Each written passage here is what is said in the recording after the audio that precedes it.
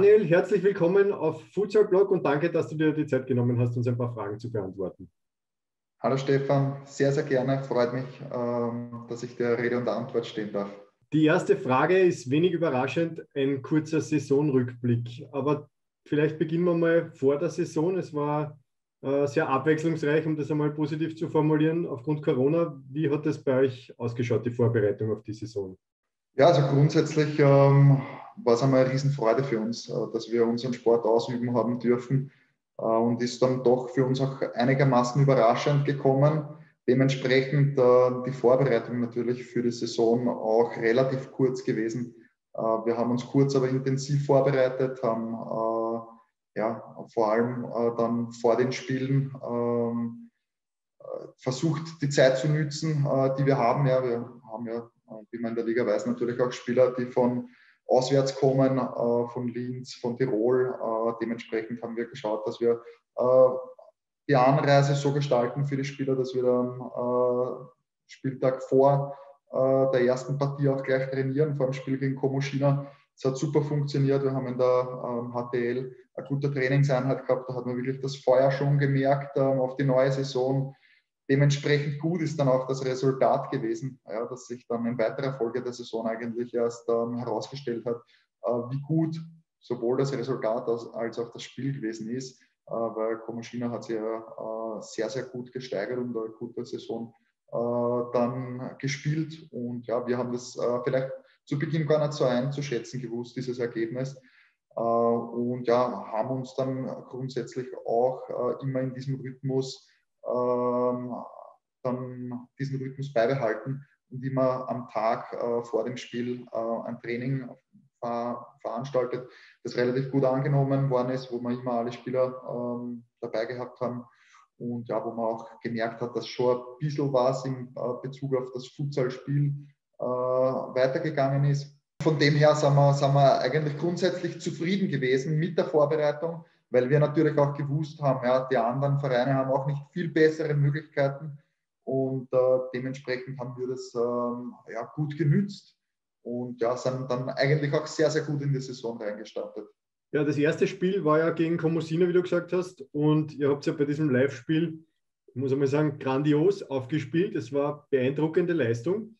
In puncto Einschätzung, du hast das gesagt, Komoschina hat sich ja dann auch noch gesteigert im Laufe der Saison. Aber wie habt ihr die Gegner, jetzt nicht nur Komoschina, sondern auch vielleicht speziell Diamant Linz, vor der Saison eingeschätzt und auch vielleicht dann nach den ersten Spielen? Also vor der Saison, ja, grundsätzlich glaube ich, wir alle in der Liga haben natürlich die Favoritenrolle wir uns auch selbst gegeben. Wir wollten das auch bewusst annehmen und haben in Liberta und in Stella Rossa wahrscheinlich auch die größten Konkurrenten gesehen.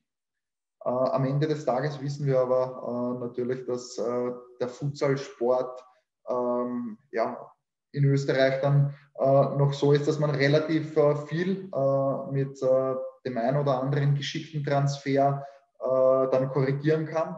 Und Linz hat ja eine sehr gewachsene, sehr routinierte Mannschaft mit richtigen Qualitätsspielern und die haben sie dann auch durch Transfers perfekt ergänzt. Überraschend war es für uns aufgrund des Umstands, dass sie nicht wirklich gut in die Saison gestartet sind.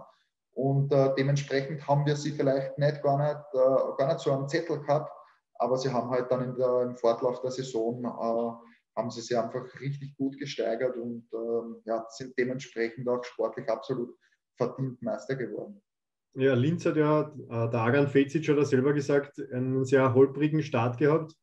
Ein paar Spiele Rückstand von dem Spielsystem, von der Spielsystematik her auch. Und ihr habt ja grandiose, hohe Siege gefeiert am Anfang. Ihr habt die meisten Nationalspieler und ihr seid bei den meisten Experten als Top-Favorit auch gehandelt worden. Wie groß war dann die Enttäuschung, nur den dritten Platz zu belegen? Also in erster Linie ist es einmal sehr, sehr schön, wenn man im Vorfeld so eine starke Resonanz als Verein bekommt und als Mannschaft. War für uns doch auch etwas Neues, ja, da jeder kennt unsere Historie eigentlich, aus den Niederungen der Liga emporgestiegen sind. Und Ihr vor seid einigen damals Jahren, in Villach Meister geworden, ich kann mich noch erinnern. da war ich noch nicht dabei. Also, das Okay. war in der zweiten Liga damals. Ich bin dann kurz darauf gekommen und in der ersten Liga haben wir eigentlich ja, immer einen schweren Stand gehabt, ja, haben immer gegen den Abstieg gespielt. Und ja, jetzt hat sich sehr viel entwickelt im Verein und auch in der Mannschaft. Und wir sind grundsätzlich einmal total happy gewesen, dass wir so eine gute Resonanz bekommen und auch von den Experten als Titelfavorit eingeschätzt wurden. Ja, also ihr habt ja unter anderem Stella Rossa und Klagenfurt auch hochgeschlagen. Zwei starke Mannschaften. Stella Rossa ja auch Vizemeister geworden. Die haben ja gegen euch überhaupt keine Chance gehabt. Und dann war der erste Stolperstein ein bisschen, war das Spiel gegen GRZ, wo sie in der letzten Sekunde den Ausgleich hinnehmen habt müssen. Genau, ja, absolut. Das ist korrekt. Wir haben ja, gegen GRZ ein richtig schwieriges Spiel gehabt. Ja. Wir haben davor ein sehr dicht gedrängtes Programm gehabt, wo wir ja, uns grundsätzlich eigentlich von den Ergebnissen her sehr wohl gefühlt haben. Aber wir haben natürlich gemerkt, dass der physische Aspekt dann natürlich auch zum Tragen kommt. Ja, Graz ist frisch gewesen und hat immer das Momentum auf die eigene Seite gebracht. Sprich, sie sind immer in Führung gegangen. Wir haben es dann immer wieder geschafft, die Führung auszugleichen. Ich denke, wenn wir einmal schon in der ersten Hälfte die Möglichkeit gehabt hätten, in Führung zu gehen, hätte das Spiel vielleicht auch einen anderen Verlauf nehmen können. Das haben wir dann in der zweiten Hälfte geschafft, wo wir eigentlich mit einer 2-Tore-Führung, knappe 2 Minuten Verschluss, das Spiel vielleicht schon in der Tasche, jetzt rein vom Feeling her. Und ja, die Spieler haben es leider Gottes dann auch am Feld ja, nicht über die Zeit bringen können. Ja, es ist dann ein bisschen eine Hektik gekommen. Wir haben unnötige Bälle verloren und ja, Graz hat das gut gewusst auszunutzen. Und ja, es ist schon richtig. Also es ist schon ein bisschen ein Knackpunkt gewesen auch in dieser Saison. Ja, aber GAZ ist sicher keine schlechte Mannschaft. Okay, ihr habt gegen GAZ in der letzten Sekunde den Ausgleich zum 8:8 bekommen. Danach war noch ein Sieg gegen Libero, der war nicht so besonders berauschend, vom Ergebnis zumindest her. Und danach ist das Spiel gegen Linz gekommen. Kannst du mal die Stimmungslage beschreiben, wie es vor dem Match war und vielleicht auch gleich während dem Match? Ja, also vor dem Match natürlich, wenn man gerade in so einem Modus spielt, wie wir in dieser Saison vorgefunden haben, nämlich dass einmal jeder gegen jeden spielt, wo das direkte Duell zählt, weiß man genau, dass man sich nichts erlauben darf. Ja. Und es ist dann die Tabelle auch schon sehr nahe zusammengerückt vor diesem Spiel. Und Linz war dann schon wirklich auch absoluter Titelanwärter auch für uns. Wir haben das gewusst. Dementsprechend ist natürlich eine gewisse positive Anspannung vor dem Spiel auch spürbar gewesen. Und ja, man muss sagen, Linz hat dann mit einem hohen physischen Einsatz und mit gutem hohen Pressing uns einfach die Luft zum Atmen genommen. Wir haben jetzt dann nicht wirklich die Möglichkeit gefunden, uns spielerisch zu entfalten. Und Linz hat wirklich sehr, sehr gut verteidigt. Das war für uns auf jeden Fall ein sehr, sehr schwieriges Spiel mit einer schwierigen Anfangsphase und einem am Ende des Tages absolut verdienten Sieger mit Linz. Also sie haben das wirklich sehr, sehr gut gemacht, waren gut auf uns eingestellt und wir haben an diesem Tag auch einfach eine schlechte Tagesverfassung gehabt. Ja, eine kurze Phase, wo wir wirklich Druck gemacht haben, wo wir eine Parole bieten konnten. Die war einfach zu wenig, um den Gegner in 40 Minuten dann zu biegen. Aber ihr habt ja in der ersten Halbzeit, vielleicht war das auch ein bisschen der Knackpunkt, die Chance zum Ausgleich gehabt. Ihr habt beim Stand von 2:1 für Diamant Linz ja einen Long-Penalty zugesprochen bekommen und euer, wie du es gesagt hast, Dosenöffner, Dizarevic, ist angetreten, der von Diamant Linz zu euch gewechselt ist und der Agan Fecic hat mit einem super Reflex, den pariert. Das wäre die Chance zum Ausgleich gewesen in dem Spiel. Ist korrekt. Allerdings messe ich diesem Long Penalty jetzt nicht die allergrößte Aufmerksamkeit zu, weil wir wissen, dass an diesem Tag Linz einfach besser war und selbst wenn da vielleicht der Ausgleich fällt, die Burschen haben das wirklich top gemacht gegen uns und ja, haben auch immer auf jede Frage, die wir gestellt haben, eine Antwort parat gehabt. Und ich glaube nicht, dass es etwas am Ausgang geändert hätte. Das letzte Spiel war dann gegen Liberta Wien. Es war ja so das Spiel der letzten Chance ein bisschen, aber in der Schlussphase war, muss ich sagen, auf beiden Seiten eigentlich nur mehr Hektik. Da war keine Taktik mehr und keine Überlegung mehr. Da waren ein paar Szenen, die jetzt zwar sportlich in Ordnung, aber nichts mehr mit Futsal zu tun hatten. Hast du da noch als Trainer Einfluss nehmen können? Ganz, ganz schwierig. Also es ist so, gerade in dieser Sportart, die sehr intensiv ist, die sehr physisch ist, wo Emotionen einfach ganz extrem auch vom Zuschauer wahrgenommen werden können. Da kann man in gewissen Situationen einfach gar nicht mehr einwirken als Trainer. Ja. Das ist ganz schwierig, das entwickelt eine Eigendynamik und ja, es war ein Spiel zweier Vereine, die sich sehr, sehr viel ausgerechnet haben vor der Saison und auch im Fortlaufe der Saison hat es ja für beide relativ lang gut ausgesehen.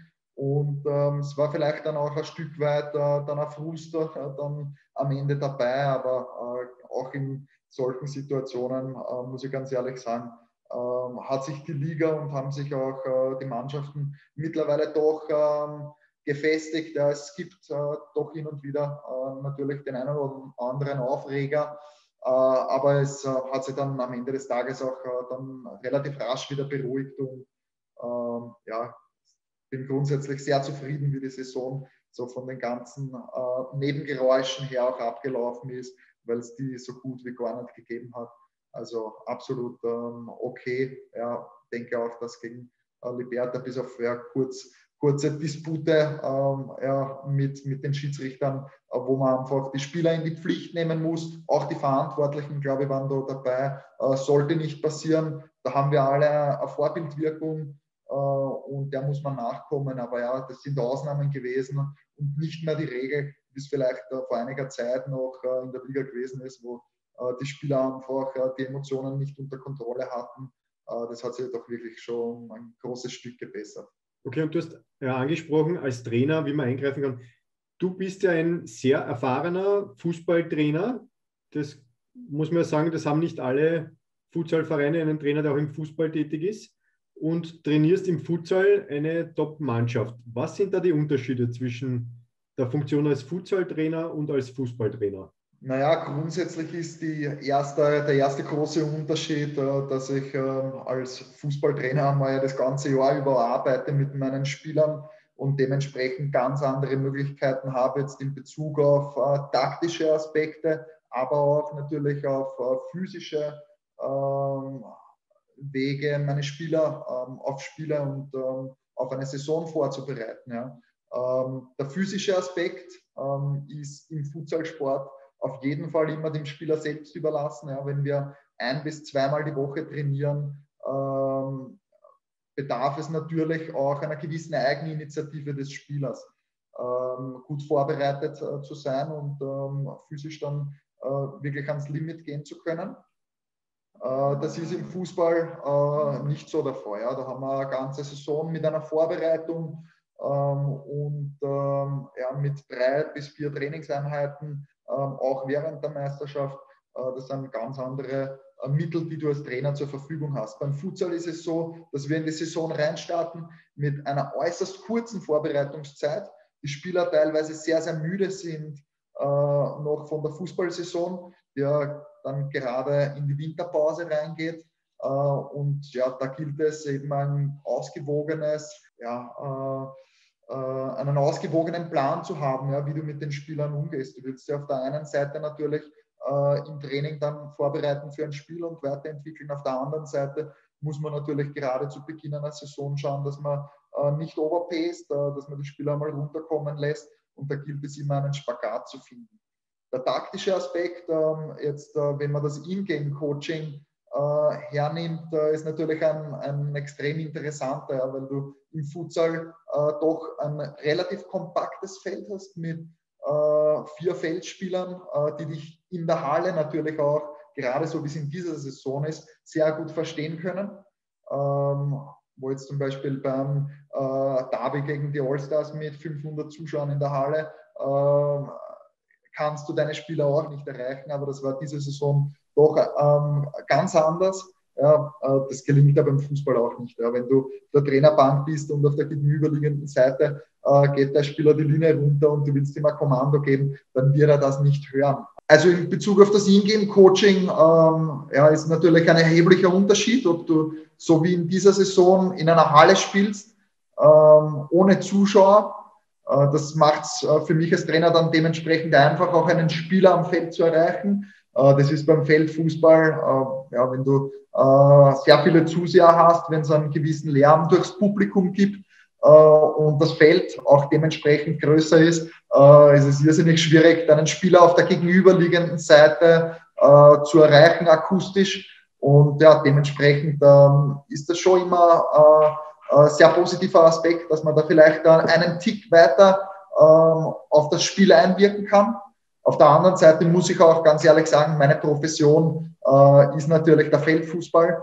Ich bin trotzdem relativ Rookie im Futsal und da gibt es Trainer wie ein Alex Ristowski oder wie ein René Geider, die wesentlich mehr Erfahrung haben. Viele sind auch mit diesem Sport aufgewachsen, der in Österreich halt sehr spät populär geworden ist oder bekannt geworden ist. Dementsprechend ist es für mich auch eine relativ neue Sportart. Ich versuche mich auch weiterzubilden. Ich habe auch die Möglichkeit genützt, die UEFA Futsal B-Lizenz damals unter der Leitung von Patrick Babic und Gilbert Prilasnik abzuschließen. Aber es ist auch für mich ein Lernprozess, war es auch in dieser Saison und ich hoffe auch die Erkenntnisse aus dieser Saison für meine eigene Trainerfähigkeit dann weiter nützen zu können. Du hast das angesprochen, im Feldfußball kannst du ein ganzes Jahr mit der Mannschaft arbeiten und hast natürlich viel mehr Möglichkeiten. Was hältst du jetzt von einer Ganzjahresliga? Es gibt ja Pläne, das umzugestalten, damit eben Futsal länger gespielt werden kann, auch wenn wir noch weit von einer Ganzjahresliga entfernt sind. Aber es würde ja deutlich mehr Möglichkeiten für die Vereine geben und natürlich auch für das Futsal-Nationalteam. Also ich stehe dem grundsätzlich sehr positiv gegenüber. Ganzjahressaison ist sicher das, was der Sport mittelfristig benötigt. Auf der anderen Seite denke ich, dass es noch 1-2 Jahre zu früh ist, weil die Rahmenbedingungen ganz einfach auch bei den Vereinen wachsen müssen. Das Duell, und das sage ich bewusst, Duell mit dem Feldfußball kann man ja nach wie vor nicht wegleugnen. Die Überschneidungen, die es geben würde, würden einfach die Qualität im Futsalsport reduzieren. Und ich bin natürlich ein Fan, die höchstmögliche Qualität in einer Meisterschaft, wie auch immer sie dann vom ÖFB dargestellt wird, in welchem Modus dann abzuwickeln. Und ich denke, man sollte die Saison stückweise immer wieder verlängern und mehr Spieler dazu bringen. Aber für eine Ganzjahresliga ist vielleicht noch 1-2 Saisonen zu früh. Ich glaube, die Vereine müssen auch wirtschaftlich wachsen. Ja, es kommt da auch natürlich noch was an Kosten auf die Vereine zu. Wir haben jetzt das erste Mal auch dann wirklich in Form eines Preisgeldes eine Unterstützung vom ÖFB erhalten dürfen. Und wenn es in dieser Tonart weitergeht, wenn sich auch der Verband mit entwickelt und parallel dazu auch die Vereine und die Spieler, dann wird es, hoffe ich, in den nächsten 2, 3, 4 Jahren dann auf einer gesunden Basis funktionieren können, dass man über die Ganzjahresliga dann sich den Kopf zerbricht. Oder vielleicht im besten Fall sie dann schon umsetzt. Die Diskussion wegen der Ausweitung der Ganzjahresliga ist aber auch ein bisschen wie die Diskussion, was war zuerst, Henne oder Ei? Weil was biete ich einem, der das ganze Jahr Futsal spielen will, wenn ich dann nur 3 Monate Liga habe? Ja, natürlich sehe ich so. Also die Vereine, die das Ganze schon umsetzen können, sind natürlich hier ganz klar im Nachteil. Im Nachteil ist auch der Sport generell, weil halt dann immer mehr oder weniger der kleine Bruder vom Fußball bleibt. Und das soll auch nicht so sein in Zukunft und das muss sich auch natürlich verbessern. Aber ohne Rahmenbedingungen funktioniert es nicht. Und ich glaube, wenn man eine Ganzjahresliga versucht zu installieren und dann schnell merkt, dass man vielleicht ein totes Pferd reitet, dann ist der Schaden am Sport wahrscheinlich größer, als wenn man das jetzt langsam wachsen lässt. Da bin ich mir auf jeden Fall sicher, dass dem so ist. Und ich glaube, ja, wie gesagt, in 3-4 Jahren muss es passieren, aber davor ist es einfach mit einem erheblichen Risiko auch verbunden. In der nächsten Saison 2021-22 gibt es noch keine Ganzjahresliga. Da geht es wieder in dem System mit 3 Gruppen her. Der ÖFB hat unlängst die Auslosung veröffentlicht. Ihr seid mit Liberta Wien, Käfig League und Libero Graz in einer Vierergruppe. Die ersten 2 kommen in die Meisterrunde. Wie schätzt du diese Gruppe ein? Also ich bin der Meinung, dass es auf jeden Fall sicherlich sehr fordernd wird. Ja. Liberta braucht man sich nichts vormachen, wird auch in der nächsten Saison sicherlich wieder ein absoluter Titelanwärter sein. Man hat auch bei Käfig League eine kontinuierliche Entwicklung des Kaders und des Spiels im Laufe der Saison feststellen können. Und ja, auch Libero Graz hat Qualität und eine gute Routine auch im Kader, einige sehr interessante Spieler. Also da kommt sicherlich eine spannende Vorrunde auf uns zu. Wir werden natürlich wieder versuchen, da vorne wegzugehen und schauen, dass wir uns natürlich auch so schnell wie möglich dann für das Meisterplayoff dann qualifizieren können. Daniel, in unserem Vorgespräch hast du es kurz erwähnt, ihr habt auch im Punkto Futsal-Nachwuchs ein Projekt am Laufen. Wie schaut das genau aus? Also wir wollen diese Saison auf jeden Fall unsere Verantwortung als Futsal-Bundesligist auch wahrnehmen und der Jugend und den Kindern die Möglichkeit bieten, den Futsalsport aktiv auszuüben. Wir haben ja mit mir einmal einen Trainer mit einer UEFA Futsal B-Lizenz. Wir haben Nationalteamspieler, die natürlich durch die vielen Lehrgänge auch erheblich im Futsalsport dazugelernt haben. Und wir würden dieses Wissen gerne natürlich auch an die Kids weitervermitteln.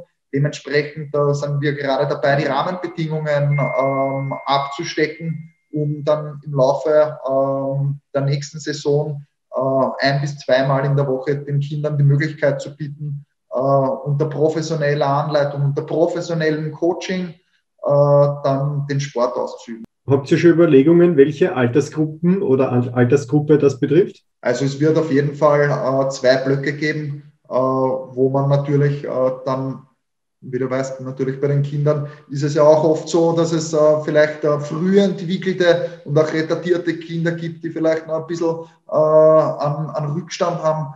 Ich glaube, dass man zuerst einmal in Altersgruppen das einkategorisieren muss und dann je nachdem vielleicht dann die Kids dann die Gruppen auch tauschen lässt. Also ist auf jeden Fall angedacht, so 10- bis 12-Jährige oder 10- bis 13-Jährige und dann bis 16 Jahren Kindern auf jeden Fall diese Möglichkeit zu geben. Sind sie älter, spielen sie auch meistens schon, zumindest beim Training, mit unserer Einser-Mannschaft mit. Da haben wir auch ein paar ganz, ganz junge Spieler, die vielleicht nicht immer zum Einsatz kommen in der Liga, aber bei den Trainingseinheiten sich schon auch weiterentwickeln und vielleicht für zukünftige Einsätze empfehlen. Im Punkto Nachwuchsprojekt, besteht da die Möglichkeit, ist es denkbar, dass ihr mit eurem Stadtrivalen zusammen da eine gemeinsame Sache macht? Ist nicht denkbar, aber jetzt gar nicht negativ unserem Stadtrivalen gegenüber betrachtet, sondern einfach, wir haben unsere eigenen Ideen. Wir wollen gewisse Linie da reinbringen und auch unserer Kreativität freien Lauf lassen, auch im Training mit den Kids. Und dementsprechend, glaube ich, wäre es nicht wirklich förderlich, wenn man da einen Partner dazu holt. Die Nachfrage an den Kindern, an der wird es auf jeden Fall nicht scheitern, weil das ist in den letzten 2 Jahren schon so erheblich gewachsen, dass wir auch für uns festgestellt haben, dass wir da fast schon in der Pflicht sind, als Bundesliga-Verein da auch etwas anzubieten und dann dem Sport in unserer Region auch die nächste Möglichkeit zu bieten. Okay, Daniel, vielen Dank, dass du dir Zeit genommen hast und sehr interessante Antworten. Ich bin schon gespannt, wie die Resonanz auf unser Interview ist. Super, hat mich sehr gefreut, Stefan, dass du dir auch die Zeit genommen hast fürs Interview und vor allem noch einmal danke auch, dass du uns in dieser Saison den Futsal-Vereinen in Österreich auch so eine gute Plattform auch geboten hast. Danke.